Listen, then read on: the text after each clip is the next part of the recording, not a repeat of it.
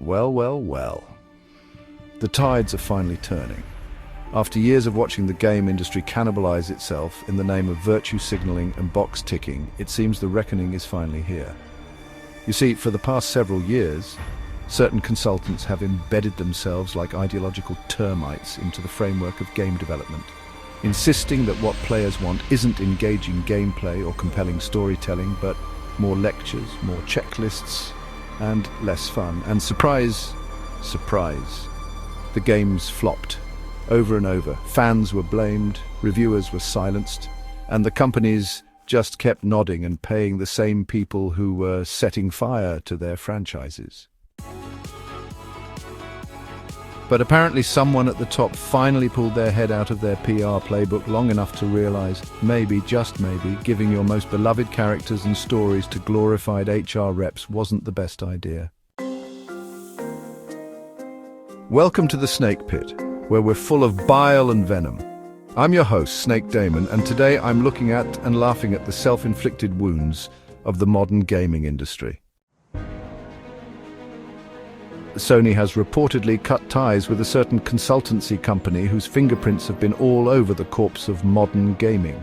You might not know their name, but you've definitely seen their work. Ever wonder why a gritty cyberpunk shooter suddenly turns into a lecture about pronouns? Or why every major AAA protagonist now seems to be a cardboard cutout with all the charisma of a damp sponge?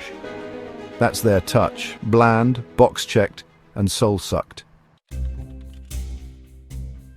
According to recent reports, Sony has not only ended their cooperation with this consultancy firm, but also outright cancelled several projects that had been influenced by them. No official names dropped yet, but we're already asking the real questions. Does this mean Marvel's Wolverine might get a second pass? Maybe one that actually resembles the clawed berserker fans love, rather than a tamed therapist with claws? Not likely. That trailer's already out in the wild, and rewrites this late in the game would be both expensive and chaotic. More than likely, the damage is done. And what about Spider-Man 3? Is it shelved, or will it be salvaged? With rumors of forced representation and shoehorned ideologies swirling around the web-slinger's next outing, maybe Sony realized Spidey's biggest threat isn't Venom or the Green Goblin. It's a committee of consultants with no love for the character or the medium. Maybe, just maybe, someone looked at the balance sheet and finally saw the smoking crater where the budget used to be. All those millions sunk into failed projects, unnecessary rewrites, diversity audits, and narrative redesigns that actively alienated the player base. All that money burned trying to appease people who don't even buy games. And when the sales tanked and the backlash came, they acted shocked. So, yes, perhaps this move is less about artistic integrity and more about financial survival. Either way, it's a start. But here's the question we should all be asking now.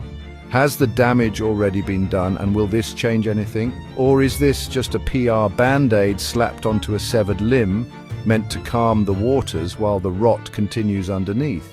Will studios truly reclaim creativity, or just quietly replace one flavor of interference with another? And here's the thing, I said this about 6 months ago as a joke, but now it's looking a lot more like prophecy. I joked that if these companies, Sony, Disney, BioWaste, Slaughtered Puppy and Ubisoft, didn't wake up soon, Japan would swoop in and buy them out. And wouldn't you know it? There's a rumor floating around right now that a certain major Japanese entity might just be sniffing around a certain Western company. Maybe they've finally realized just how much money they've torched and how valuable these IPs could be in the right hands. The wolves are at the door and the vultures are circling. Thanks for dropping by the Snake Pit, where we thrive on untapped potential and lost opportunities. Don't forget to subscribe and hit that bell like the video, and leave your opinions in the comments, where naturally I won't read them. Until next time, stay venomous.